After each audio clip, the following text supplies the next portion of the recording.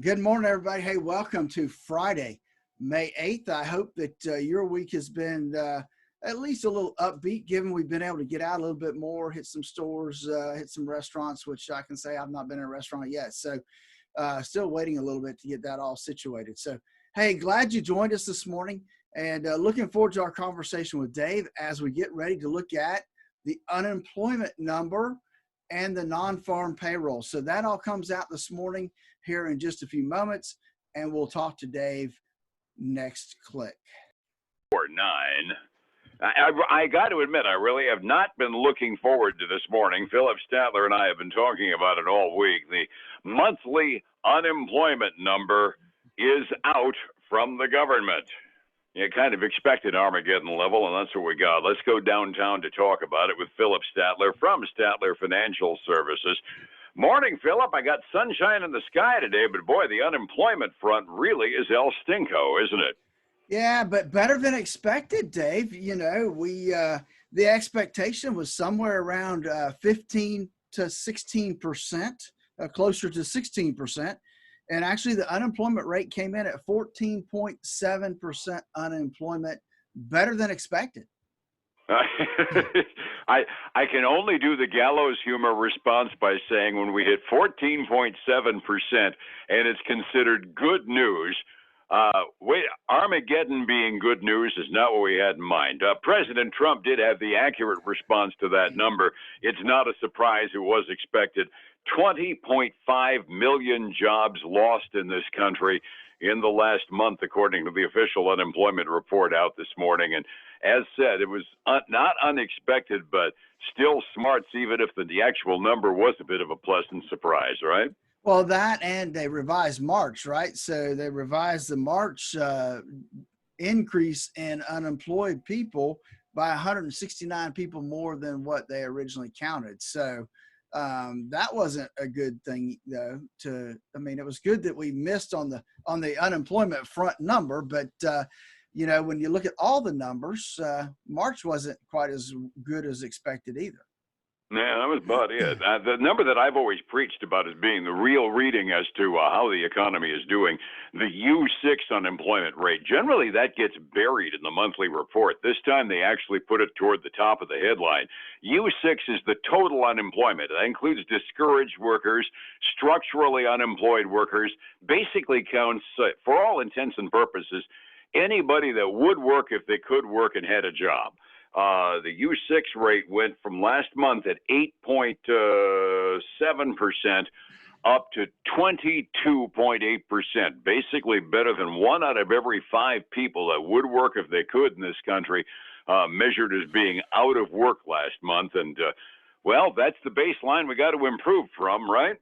Well, that is, but let me just kind of share with you a little obstacle that I think we're running into. And I had this discussion yesterday with some business folks, and that's, you know, there's some of their people don't want to come back to work because they're making more being unemployed with the extra $600 that the federal government's kicking in than they'd make if they came back to work. And that's going to be the argument in Congress. We're taking care of people with the structural unemployment that's being created by this, but the federal money that got kicked in for unemployment is actually better than some of our service people end up making by doing the work. So that's always that hard thing. Do you want to take care of people and make sure they're taken care of when it's not their fault, or do you want to make it too easy to not work? And until that extra kick of unemployment cop goes in, some of our unemployment numbers are going to stay up there, aren't they? They really are, Dave, because it's significant, right? I mean, that extra $600 a week, if you think about that, that plus what the state of Florida pays you, that's almost $40,000 a year. And let's face it, the receptionist at the front desk doesn't make $40,000 a year around here. And so those folks are going to be more apt to stay on unemployment than go back to work. Yeah, a lot of entry-level employee jobs are not in that range. Yeah, when you're in the big picture number up in Congress, you can't exactly index things, for every single level of employment. And the $600 a week number kind of hits the middle ground, but you do have to keep in mind that's considerably more than some entry-level jobs that were lost have been paying. So consequently, yeah, between that and the stimulus money, some entry-level employees are kind of thinking right now, hey, I'm in the chips for the short term. And that's right. And you can't blame them, right? I mean, I'd No, sit there if I could get more sitting at home than I could at working, and most people would do that, right? So you can't blame them, but that is going to be an issue moving forward with trying to get employees to come back to work that have been that are on unemployment.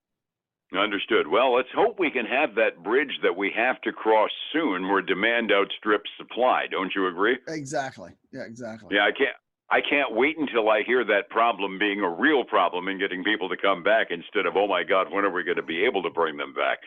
It was kind of interesting. You mentioned that the 14.7%, as crummy as it was a pleasant surprise. And it just that, bad news, less bad news is good news. The markets actually responded favorably to it, didn't they?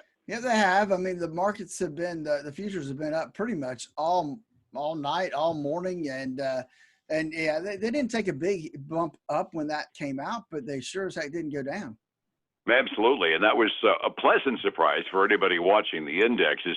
To bring people up to date, the news came out last night, and the United States and China both kind of backed off their saber-rattling language on trade, so folks started feeling a little bit more comfortable that we weren't going to start a trade war up again before we were done with the war on the coronavirus, and that gave us some increased confidence in the market. The futures on the Dow went up by like 300 points after the close.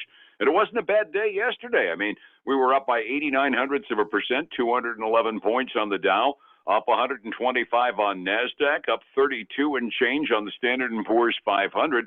Not a bad day. If we can keep the green ink going today, we might end up having a halfway credible week as well.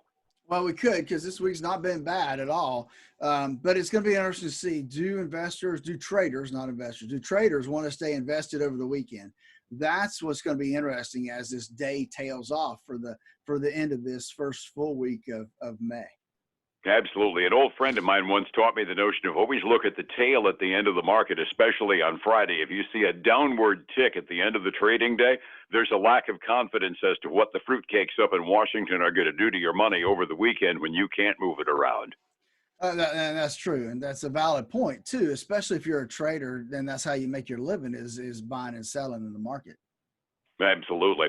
We do, speaking of buying and selling the market, we do have a pretty busy earnings season going on as well. And a bunch of stocks reported their quarterly earnings reports. Did we have any pleasant surprises or just surprises in the list this morning? Well, it's another mixed bag, right? Depends on what industry we're looking at. We actually have a theme park actually reporting today. SeaWorld Entertainment reported. They lost money, as you would expect. They lost 72 cents a share, which was 2 cents more than what was expected. Revenue, obviously, was going to be down what was expected. They not sure exactly when they're going to be able to open back up. So they're down 1.6% this morning. And what I'm finding is that most people that missed or that are down this morning closed up with some significant gains yesterday. Like SeaWorld was up 5% yesterday at the close. They're giving back some of that this morning, down 1.6%. So even the ones that are missing, they're not getting affected a lot. They're just giving back some of what they made yesterday. Understood. And businesses like that, when your primary source of revenue is drawing a crowd, that's not a good business model for the current situation, is it? Yeah, exactly. So, hey, let's go to a comfort food brand, Hostess brand, right? The maker of Twinkies. Everybody likes to eat Twinkies when they're stuck at home, right? Borders on a sacrament. They beat by a penny a share at 14 cents a share. Revenue beat forecast. They said they've seen stronger than expected results. I expect they would see that too, given. What a shock. That's right. They are a big winner today, up over 8.5% this morning before we get started. Got Ruth Chris, one of the restaurant chains. They made 9 cents a share, but that's 20 cents less than expected. Revenue missed. Again, they've been closing their restaurants since mid-March. Now, some of them were able to switch to the takeout only model. which did keep some money coming in. High-end steakhouses would kind of surprise me if they did well during that. It's just not a general pick-up and take-out model, is it? Exactly, it's not. But they're not getting hurt this morning. I guess they like what they're hearing. They're up 1.5%. So Cool. yeah, I think a lot of businesses like that are counting on pent-up demand as their states reopen. Boy, bring us back. Get me some good food. exactly. And I think that will be a lot of what we see. And I think we'll see that around here as soon as they allow better than 25% occupancy. I mean, I think that's just not really helping us here locally. It's becoming a lot more gradual than I think people had dreams of. That's absolutely true. Yeah. Uber Technologies reported. Uber, you think they're probably doing okay because they got Uber Eats, but the other side, people aren't traveling, so people aren't using them. They lost $1.70 a share. That's a huge loss. And it's almost, it is more than double what was, a little less than what was double what was expected. They expect to lose like 88 cents a share. Revenue, though, beat expectations, and that must be because of the Uber Eats part. It jumped 52% in their revenue number. They're up almost 6% this morning after closing up yesterday, Dave, up 11% yesterday. Wow. Yeah, so it's almost 16, 17% in 2 days. Kicking booty. Hey, we've got Live Nation. They're an entertainment company. They lost 94 cents a share, which you would expect, but that's 2 cents worse than expected. They're just not sure when they're going to be able to start doing live events again. And again, though, I think there's expectation, like you said, pent-up demand. As soon as it's able to get back open, they will, because they're trading up almost 3% this morning. Cool. Yeah, they're in a real bind right now because a lot of their concerts are the victim of the bands and the ideology sometimes of the acts that are doing it down the line. We've got a couple of concert tickets for a Tampa event midsummer, and I've been watching it and watching it and watching it, wondering whether or not that's going to go. I'm seeing August events getting canceled because the acts are canceling for ideological reasons, saying they're opposed to the way the government is opening us up, so we're just not going to tour.